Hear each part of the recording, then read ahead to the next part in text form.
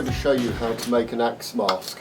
I'm not a leather worker, I don't work in leather, I don't really have any leather, but I'm a woodworker. So I'm going to show you how to make a wooden mask for your axe. Just simply by using a piece of wood and a bit of lorry or car inner tube.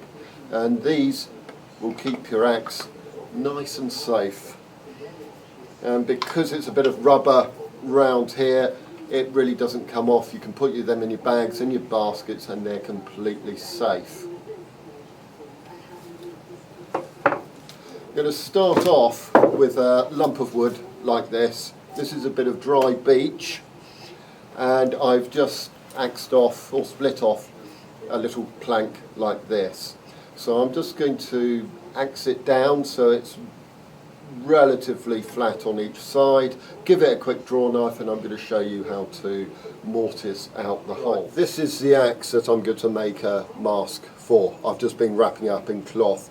It's time consuming, it's a hassle, and the edge is likely to get damaged, so it's well in need of a proper mask. Anyway, I've split this bit of wood out, and I'm just axing down the sides just to make a roughly flat plank like so. Quick and easy. I could do this with the draw knife, but I quite enjoy honing my hewing skills even though it's on a very small bit of wood. Okay, I'm just going to take the bark off. Yes, this bit of beech really is very hard.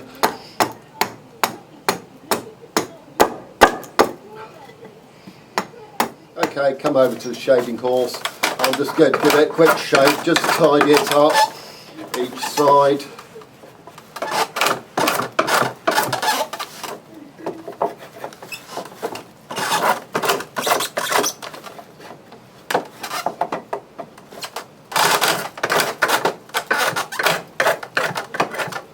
Okay, this is my smart head shaving horse that Peter Gelbert of Chair Notes made. He's got all the plans on his blog, which is Chair Notes, and you can see it's an instantly adjustable head, which is absolutely fantastic. So I need to do the wide edges now, open up the jaws, and away you go. Right, let's just check how straight that is. That's not too bad. It's a bit wide at this end, so I'm just going to take this down.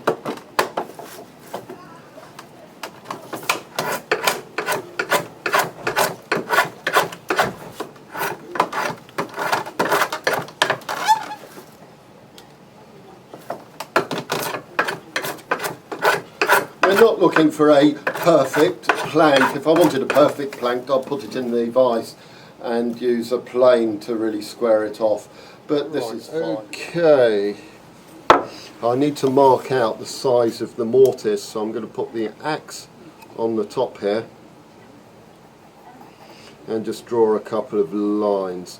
What I'm probably going to do is to make it this wide and just slope it down this way so the corner of the axe here just catches into the wood.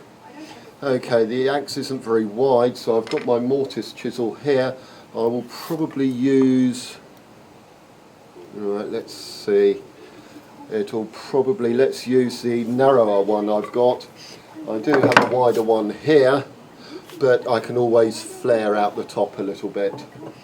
So I'm just going to mark on how the width of the cut, and I tend to use the mortise chisel to do this. Just mark all the way along either side, and this gives me a rough guide.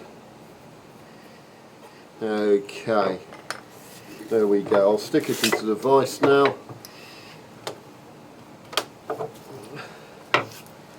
And just starting at one end, work along.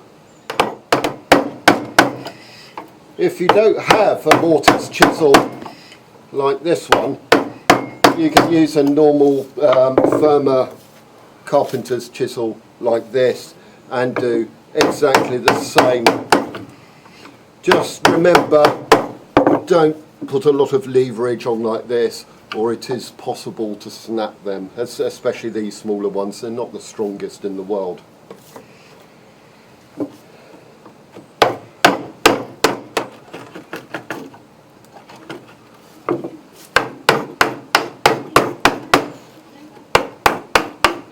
One thing I don't do is to drill holes into the wood and then chisel it out. I find it far quicker and easier just to use the mortise chisel.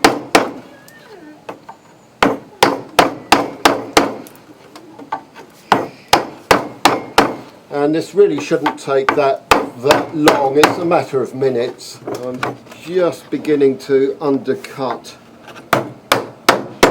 so I can get the corner of the axe in.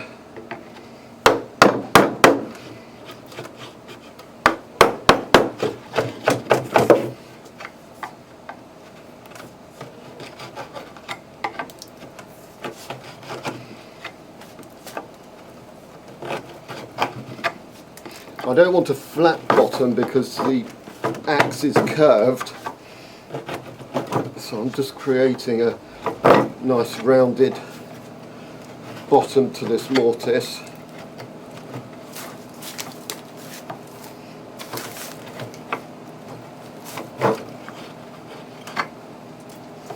Right, I better square off this end now. Right, nearly time for a test fit. Probably won't fit. No, I need to undercut down here a little bit more.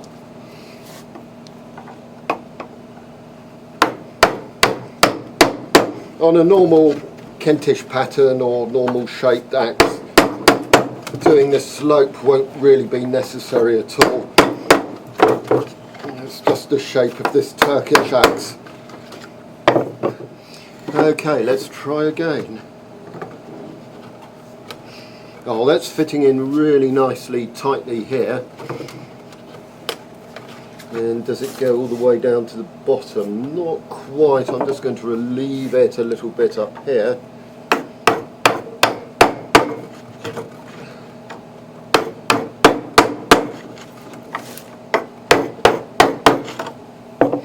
And try again. Oh, that's it. That's really snug in there now. In fact, I've probably got to shave it down just a little bit at the... Okay, this fits in really firmly here now. Right, what you need is some car inner tube, and this came off a lorry or a tractor or something.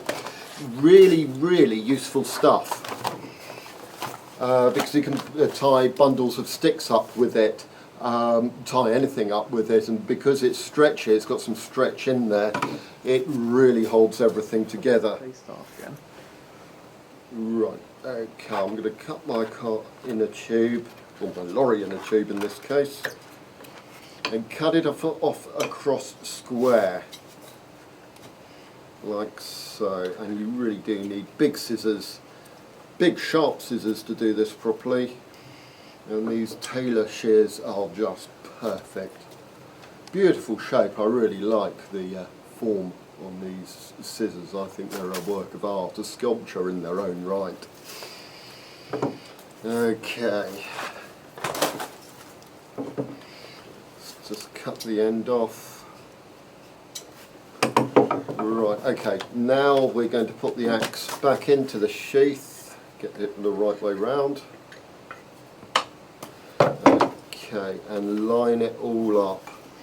So I'm going to stretch it round, make sure it's really tight. Okay, I'm going to cut it off there and nail it in.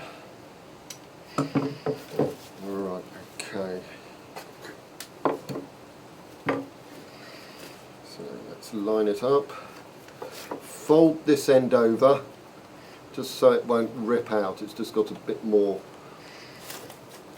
rubber there to hold it. You could also put a thin strip of wood across the top here. You could screw it in, nail it in, do it however you want, as long as it holds. Okay, one nail in, and now let's give it a test to make sure before we put the other nails in. Okay, I could probably go just a little bit tighter.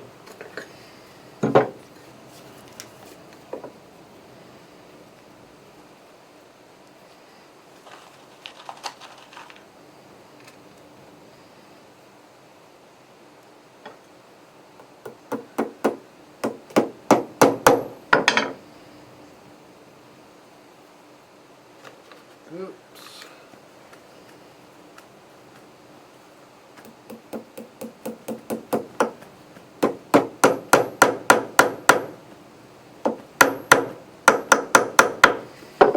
Right, there we go, one mask. Not the prettiest thing in the world, but they're really functional, and that's the main thing, to protect the edge of your axe.